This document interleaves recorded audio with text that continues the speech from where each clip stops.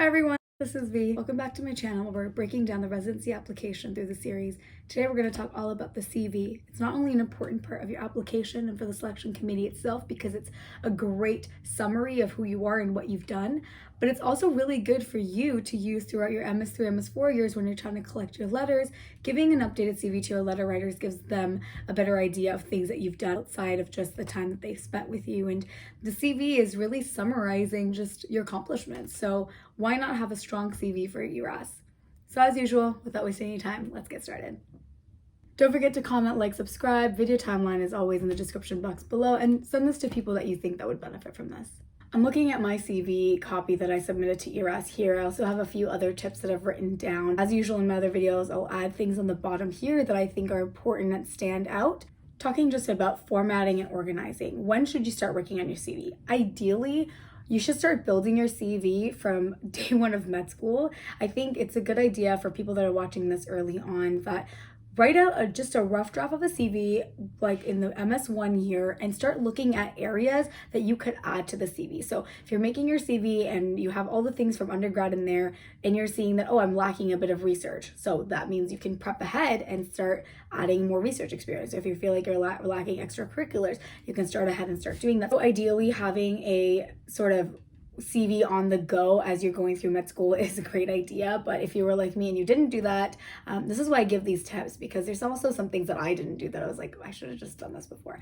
But for all you like me that are trying to make your most updated CV in your MS3 year or whenever you are applying, it's a good idea to start early just so you can give yourself enough time. I know when I was doing mine, I would come back to it every once in a while when I remembered that I did something. I always updated. Quick tip, I also just updated my LinkedIn as I would, update my CV, because I realized there were so many things that I forgot that I did myself, just little things or organizations that you ended up joining throughout your medical school career. It's always good to sort of update your social bio as well as your CV. As I mentioned, giving your updated CV to LOR writers is a good idea. It provides them with additional material maybe would have not gotten through just your clinical rotations. So unlike your personal statement where it's going to be formal, full sentences, your CV is meant to be a quick snapshot of you and your accomplishments and what you've been a part of. So for this, I would put bullet points. I would have it looking very neat and professional. I would have font size between 12 points to 14 points, not too much bigger and not too much smaller than 11, 12 points. You also want to choose a font that's going to be very easily read and you can Google things. I just stick to Times New Roman because I think that's a very professional font. You want to be consistent. You want to be concise. Of course, you don't want to lie. You want to be honest. It's structure and layout, but you don't need to go into paragraphs or anything here. This is meant to be a snapshot. Your layout should be neat and simple. There's a lot of online designs that you can look up for CVs. Don't make it too cluttered. You want to get the point across and have it be professional looking, simple, neat. I wouldn't add like colors and stuff to it personally. I just think the only color that should be on your CV should be your professional ERAS photo that you have, which is another tip. I added my ERAS photo onto my CV and I got like the photo early on so that way I could give my CV to my letter writers, have the same picture on ERAS, have the same picture wherever I went. Really, that picture like haunted me for the entire year that I was applying. But I would add the professional ERAS photo on the CV. I would keep it 1 to 2 pages maximum. I personally didn't want to go over 2 pages. I would have proper margins for aesthetic appeal. Make sure that everything that's a title or a header is bolded and underlined. Everything else shouldn't be bolded. I used normal bullet points, consistency throughout, as well as for my picture, I had a nice little just thin black border. In terms of organizing the sections, I would have everything in reverse chronological order, meaning that the top bullet point of each of your sections should be the most recent thing. So for me, education, I had 2016 to present time when I was applying back then, and it was St. George's University School of Medicine, and then I would always write the location of the institution, and then the next bullet point would be my undergrad. So I would go reverse chronological order, and I did this for every single section, whether it was education, certifications, awards, everything was reverse chronological order. Of course, starting off with the top, your name, I would have that be the biggest as the title. Then I would go in and have your contact information. So for my CV, I had my home address, which was a US address. Of course, your home address should be where you're from, but if you're an FIMG, try to get a mailing address in USA. And if you can put it on your CV, that's great. Contact information, I had just my phone number and email. And then I also had biographical data. So I followed SGU's CV outline for this. They had biographical data, which was date of birth, place of birth, and citizenship. This, I think, is also important for IMGs, just so that when the selection committee is looking at your program, and if they've missed it somewhere else, it's pretty evident here on your CV that if your citizenship is not American, you'd probably be on the visa.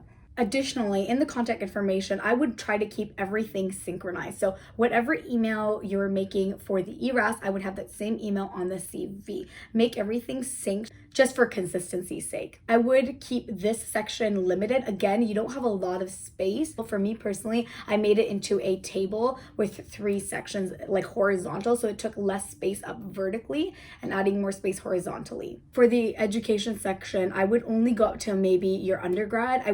I personally didn't write high school. I don't think that's important. That's too far out. I would write things like your undergraduate degree, your master's, PhD degree, whatever you earned in the middle, and your most recent should be medical school. If you've obviously earned a degree after that, I would put the most recent on top. Remember, reverse chronological order. For the applicants that have already received their graduate information, I would, under the education part, write MD graduate or MBBS graduate, whatever you graduated with, under there. The next section I would have is honors and awards. For this, I listed, again, reverse chronological order for the most recent one that I had. I would just have it very simple, just the date, not even the date actually, just the year that I received the award. Right beside it, like a tab later, write the name of the award, and if it was from school, I would write, the school name after a comma, so blah blah blah award, comma, wherever you received it, whatever organization it was from. Would only keep it maybe from undergrad onward. I wouldn't go too much backwards than that. I wouldn't write maybe meticulously every single one. If you do have a lot, I would sort of use your judgment and to see which one would apply. Remember, you are applying for residency position, so I wouldn't include maybe things that don't really tie in with that. It doesn't have to be a medically related award. I'm not saying that, but I would say that if you have a lot of little random awards, and maybe I wouldn't put just something random out of the blue. And this one's a difficult one for me to really judge about, but you should use your own judgment for the section. I personally did have a certification section, which included my step scores, as well as if I had any ALS, BLS, PALS, certifications. At the time that I was applying, I didn't have my step 3, so I didn't include that. But if you do, please go ahead and include that. This section isn't necessary, but I personally just had it because I was following like the SU template.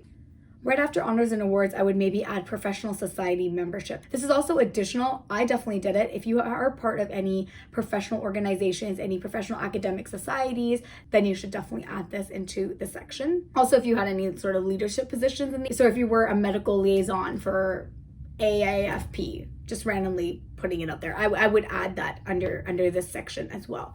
After this section, I talked about my experiences. So I had, of course, the 3. I had research, work, and then volunteer. I termed it extracurriculars, but I think looking back at it now, I think maybe volunteer experience would have been a better heading. So for research experience, same sort of format. You want to put your year, tab, and then what research you did. I wouldn't, again, this is not the place to go into depth about the research and to go into real depth about any of the experiences. If you need to write something after, writing what the research experience is, I would cap it at 1 or 2 sentences. You still have to have normal font so people can read it. You don't want people squinting at the paper because you've got just like size 8 font. You want normal font, you want normal 2 pages. So that's why I would limit my description under every single experience to maybe 1 to 2 sentences max. And again, I don't think it's a bad idea to do bullet points. This is a snapshot. So you have other places in your application, like the entire ERAS experiences section, to go into more depth. So I would summarize these things very particularly. Under research, I would definitely add publications, or another idea would to just be incorporated so you can have research experience and publications. So you've done a research, you've put in the title there, you've explained it, and then you can add whatever publications you have under there. If in the time that you're writing your CV, you're waiting for publications to be accepted or, abstracts to be submitted, you can write things such as forthcoming or anticipated submission to blah, blah, blah journal, anticipated exception at blah, blah, blah journal. I've also seen CVs where if you've done sort of procedures during the research that you had, you can also write maybe a section underneath that just says techniques and list out what are the procedures or skills that you learned through that. For publications, if it was peer reviewed, I would indicate that. If it was a manuscript, I would indicate this, descriptively describe the publication. Same thing as research experiences, work experiences, same sort of deal. Use your judgment. If you've had so many jobs, I wouldn't maybe put all of them depending on the space that you have. Pick and choose what you think is going to be most relevant. Extracurriculars, same deal. I know I sound redundant, but it really is the same deal. If you've had teaching experiences and things like that, I would just add that under work experiences if it was paid, or under volunteer experiences if it wasn't. I personally didn't have a separate section for teaching experiences. For your extracurricular activities, if you were someone like me that had way too many to begin with, I would really cut it to a minimum, undergrad and above. And also I was very selective of things I did that were most updated, and of course if there was anything medically related, I had that first and foremost, because you don't have that much space. And I did want to also not just leave it cut dry and just have what I did take that extra step and do like 1 or 2 sentences for each.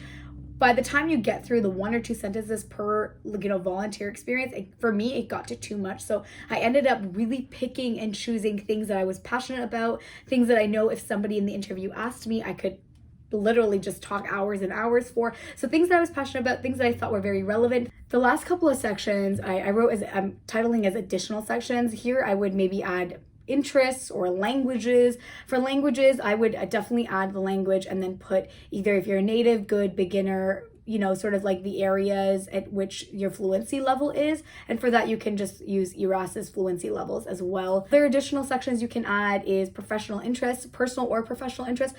I wouldn't put too much of this. I would just, 1 line is fine. You can just put them in commas.